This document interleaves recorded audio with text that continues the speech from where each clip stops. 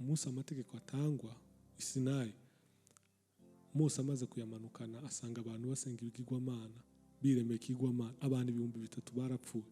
Umunsi umwuka wera amanuka, abantu 3,000 zarakijijwe. Mu yandi magambo, ivyo twebwe twagerageza kwikorera bizana urupfu, ariko ico Imana yatanze ari we mwuka wayo uzana ubugingo. Umwuka w'Imana rero urakenewe mu bakristo. Ubundi iyo tuvuga hejuru ya Trinity cyangwa hejuru y'umwuka, abantu bafata Imana Data, bafata nk'aho dufite Imana zitatu, Imana Data nini, Yesu Kristo ari hagati, none dufite umwuka ari we mutoya. Ariko umwuka ntabwo ari muto mu Mana, ahubwo umwuka w'Imana ni Imana ituye muri twebwe. Kristo yaravuze ati, ngiye kugenda, ariko aho muzaba muri niho nzaba ndi. Mu yandi magambo, ni Imana, Kristo niwe utuye muri twebwe mu buryo bw'umwuka wera. Fonction ya Yesu Kristo kwari ukuza gupfa. Fonction y'umwuka rero ni ukuza kutwemeza ibyo Kristo yakoze. Ubundi ubutatu cyangwa icyo twita Trinity kigenda gikorana. Imana ntabwo ari zitatu, Imana ni imwe. Turasuje mu izina ry'umwami wacu Yesu Kristo. Amazina nitwa James Ndayishimiye, nkaba ndi umissionnaire nkorera mu gihugu ca Kenya. Nkaba ngira amahirwe yo kwira tuganira ijambo ry'Imana. Ikibazo abantu benshi bakunda kwibaza, ngira mbasobanurire kugira ngo tubashe gukomeza kugubwa neza mu mwami. Rero turagiye gusoma igitabo cy'ibyakozwe n'intumwa, igice ca mbere umurongo wa mbere, ariko muranyangana mfite Bibiliya y'Icyongereza. Umwanditsi hano ni Luka wanditse igitabo. Luka yanditse ibitabo bibiri, ari docteur, yanditse igitabo ca Luka, arangiza yandika n'igitabo cy'ibyakozwe n'intumwa avuga imirimo yagiye ikorwa. Ariko ubundi igitabo cy'ibyakozwe n'intumwa gikunda kwitwa ngo ni ibyakozwe n'umwuka wera, kuko ivyo intumwa zakoze zabikoreshejwe n'umwuka wera wari ubatuyemo.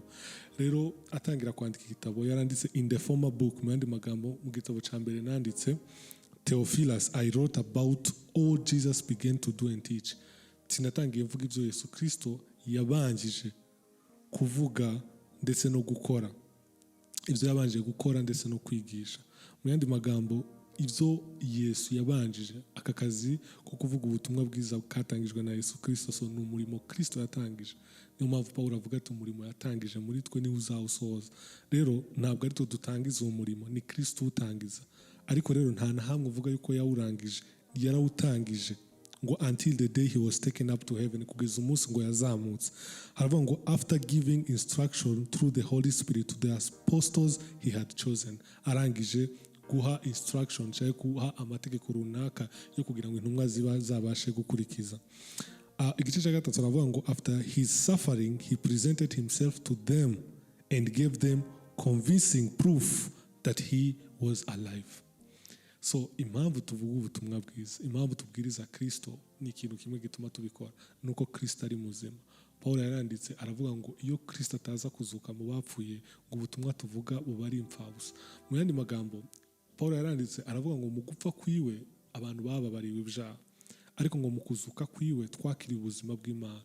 Mu yandi magambo, kupfa kwa Yesu Kristo ntabwo kwari guhagije kugira ngo tubashe gukizwa, ahubwo kuzuka kwiwe niho twabashe kwakira ubuzima. Mu yandi magambo, mu gupfa kwiwe yaratubabariye, ariko mu kuzuka kwiwe niho ubuzima bwiwe bugaragarira muri twebwe. Buriya impamvu Christianity itandukanye na Islam, itandukanye na Buddhism, itandukanye na Hinduism, itandukanye n'andi madini yose, nuko Christianity tuvuga ikintu gifite proof. So niyo mpamvu Luka yandika yavuze ati yagiye agaragara, hari ibitangaza byagiye bigaragara ko Kristo ariho. Ibitangaza rero bigenda bigaragara, tubona impumyi zihumuka, tubone ibimuga bigenda, tubona abadashobora kuvuga bavuga. Ubundi nkunda kubwira abasore batekereza yuko ibintu by'Imana biri boring, ni ibintu biri boring, ntabwo biryoshe. Ubundi nta bintu biryoshe nk'ibintu by'Imana, nta bintu biryoshe nko kubona ibimuga bigenda, nko kubona ibitangaza Imana ikora. So the proof yuko Kristo ariho nuko tubona imirimo igenda ikoreka igaragaza yuko Kristo yazutse. Hari amadini menshi, Muhammad yabayeho ariko ntabwo yazutse. Hariho n'andi madini atandukanye y'abantu bagiye babaho. Ico Kristo yarushije andi madini nuko tutabwiriza umuntu upfuye, ahubwo tubwiriza umuntu uri kumwe natwe. Niyo mpamvu Bibiliya ivuga ngo Paulo mu gitabo c'Abaefeso yuko twicaranye nawe mu buryo bw'umwuka. Mu yandi magambo, igihe yapfuye twapfanye nawe, arangize kuzuka tuzukana nawe. So si twe turiho, ahubwo ni Kristo utuye muri twebwe. Rero igitabo cy'ibyakozwe n'intumwa nico gitabo cyose muri Bibiliya kitarangiza kivuga amen cyangwa kitarangiza nta conclusion kigira. Ntabwo kirangira kivuga ati turarangije, ahubwo kirangira kivuga barimo baragenda muri mission babwiriza ubutumwa bwiza. Dufite ikibazo cyane mu matorero, dufite ikibazo cyane kuko itorero ry'ubu ryatakaje umwimerere w'itorero wo kubwiriza ubutumwa bwiza ku bantu. Dusigaye dukunda ahantu hari abantu benshi mu matorero, tukumva yuko twishimye tukabyita umunezero, ariko umunezero si ukuba mu materaniro turi benshi, ahubwo ni ugusohoka tukazana abandi kuri Kristo. Ubundi icyo twahamagariwe ni ugushaka abantu bazimye, tukababwira ubutumwa bwiza, tukababwira icyo Kristo yakoze, tukumva dufite umunezero wo kubwira abantu icyo twahawe muri Kristo Yesu. Usomye muri iki gitabo rero cy'ibyakozwe n'intumwa, igice cya 2 umurongo wa 1, umunsi umwuka wera riratangwa, kuko nibyo nagize ngo tubashe kureba. Kubera iki gitabo cy'ibyahishuriwe kitarangira, impamvu kitarangira nuko natwe abariho kuri ubu tukituyemo, impamvu twitarangira nuko natwe twagakwiye kuba muri mu byakozwe n'intumwa, kuko natwe twaratumwe n'Imana, twakagombye kugituramo tukavuga ibyo Kristo yakoze. So hano haravuga ngo ibyakozwe n'intumwa 2 no kuri 1, when the day of Pentecost came they were all together in one place. So umunsi wa Pentecost, ubundi Pentecost ni iminsi 40 bavuye mu miganura bajagamo, ibyo abaheburayo bagendaga bizihiza. So iyo minsi rero iyo yarangiraga wabaga ari umunsi mukuru, bazaga hamwe. Ni ukuvuga ngo Pentecost ntabwo yabayeho umunsi umwuka atangwa, wari umunsi mukuru Abayisiraheli bahoraga bizihiza buri mwaka. Ariko noneho umunsi umwuka wera yaje nawe ku munsi wa Pentecost. Iyo twizihiza Pentecost twizihiza umunsi twakiriye umwuka wera. Pentecost rero niwe munsi itorero ryatangiye. Iyo tuvuga itorero ari uburyo bubiri bw'itorero. Hari icyo twita Universe Church. Universe Church ni itorero ryo twita ngo ni umubiri wa Kristo, twebwe twese twakijijwe. Hakaba na Local Church. Local Church ni amatorero ayanga afite amabati, ayanga twugamira. Ico rero Kristo yaje gucungura, nico yaje gushaka. Ntabwo ari amatorero ayanga yubatse, ahubwo yaje gushaka abantu, ari twebwe mubiri wa Kristo, ari twebwe mugeni wa Kristo. Ubundi dufite intambara nyinshi, abantu bashaka kugwanira amatorero ayanga yubatse. Ariko itorero rya kera nta nubwo ryagiraga naho basenga, nta matera basengeraga mu mazu, kuko icyo Kristo yaje gushaka yari imitima y'abantu kugira ngo tubashe kuba itorero. Rero umunsi wa Pentecost Bibiliya ivuga neza yuko haje ikintu kimeze nk'umuyaga, babona ikintu kimeze nk'umuriro hejuru yabo bose. Petero aragenda abwiriza ubutumwa ku bantu bari aho ngaho, bari bateraniye Yerusalemu benshi bavuye ahantu hatandukanye. Petero abwiriza ubutumwa bw'amagambo 3 gusa, aravuga ati wa wundi mwishe mukamuhamba ubu ngubu ni muzima.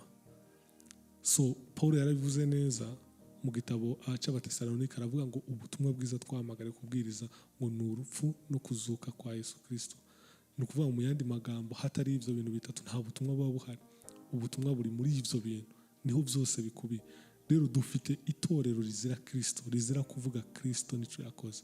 Dufite abakristo bazira Kristo muri bo. Dufite akaga kuko icyo twahamagariwe kuvuga si cyo tuvuga.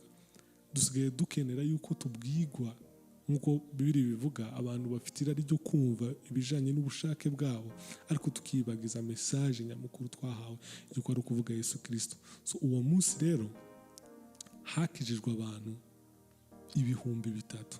Mwibuke umunsi amategeko atangwa i Sinayi, Mose amaze kuyamanukana asanga abantu basenga ibigirwamana, biremeye ikigwamana, abantu 3,000 barapfuye. Umunsi umwuka wera amanuka, abantu 3,000 zarakijijwe. Mu yandi magambo, ibyo twebwe twagerageza kwikorera bizana urupfu, ariko icyo Imana yatanze ari we mwuka wayo uzana ubugingo. Umwuka w'Imana rero urakenewe mu bakristo. Ubundi iyo tuvuga hejuru ya Trinity cyangwa hejuru y'umwuka, abantu bafata Imana Data, bafata nk'aho dufite Imana zitatu, Imana Data ni nini, Yesu Kristo ari hagati, none dufite umwuka ari we mutoya. Ariko umwuka ntabwo ari muto mu Mana, ahubwo umwuka w'Imana ni Imana ituye muri twebwe. Kristo yaravuze ati ngiye kugenda, ariko aho muzaba muri niho nzaba ndi. Mu yandi magambo, ni Imana, Kristo niwe utuye muri twebwe mu buryo bw'umwuka wera. Fonction ya Yesu Kristo kwari ukuza gupfa. Fonction y'umwuka rero ni ukuza kutwemeza ibyo Kristo yakoze. Ubundi ubutatu cyangwa icyo twita Trinity kigenda gikorana imana ntabwo ari zitatu, imana ni imwe. Ni nk'uko njyewe ndi umunyeshuri, nkaba James, nkaba n'umugabo kuri madame wanje, mfite fonction zitandukanye ariko nkomeza kuba James. So n'imana ifite fonction zitandukanye. Ndabaha urugero, imana yatekereje kuducungura, imana data rero irangiza yohereza imana mwana ariwe twita Kristo, ikora noneho fonction y'umwana yo kuza kwambara umubiri. So ntabwo imana ari kuducungura itambaye umubiri, kuko abacumuye bari bambaye umubiri. Noneho imana mwana irangiza kuducungurira, ituzanira noneho umwuka wo kugira ngo atwemeze icyo Kristo yakoze. So imana mwana yumviye imana data, iraza irapfa. Umwuka wera nawe yumvira Kristo kugira ngo atwemeze yuko Kristo yapfuye. So nta buryo twatahura Kristo tudafite umwuka wera. Niyo mpamvu rero bikenewe cyane nk'abakristo kuba twarakiye umwuka wera, twarakiye impano y'Imana. Ubundi abantu batekereza ko umwuka wera ari ba bantu wenda baba ari special cyane mu buryo bwa Kristo. No. Umwuka wera wahariwe buri muntu wese wizeye Kristo, afite uburenganzira bwo kwakira umwuka akabasha kugendera mu mwuka wera. That's why birivuga ati ntabwo tukigendera bivanye n'ivyo tureba, ahubwo tugenda bivanye n'umwuka wera utuyobora, utuye muri twebwe. No kurema kw'isi birizivuga ati imana yaravuze ngo reka tureme biri mu bwinshi. Biriya cyongereza ivuga ati let us. So imana data irangiza kuvuga ati reka tureme, ngo umwuka w'imana wagenderaga hejuru y'ibintu. So ngo isohora ijambo iravuga ati reka habeho. So biritwigisha yuko jambo wa Kristo ariwe muri Yohana igice cya 1:1 yuko Yesu Kristo ngo niwe jambo, ngo yahoranye n'Imana kandi yahoze ari Imana. So imana data yatekereje kurema, isohora jambo ariwe Kristo. None umwuka wagenderaga hejuru y'ibintu bigenda bikoreka. So imana ni imana ifite principles, ni imana ifite amahame yayigenderaho. Niyo mpamvu bikeneye ko natwe tugendera mu mahame yayo mu kuyimenya. Ariko rero nta buryo twamenya imana tutarakira umwuka wayo kugira ngo tumenye kugendera mu mwuka, kugira ngo tubashe kuvugana nayo. Dusenge nkuko birivuga ati dusenge mu ndimi, tumenye gusenga mu ndimi. Ubundi abantu benshi batekereza yuko indimi ari z'abantu bazamutse mu yindi ntera mu buryo bw'umwuka. No, birivuga ngo umwuka asenga n'iminiho myinshi adusengera. Umwuka asenga mu gihe tuba turimo turasenga.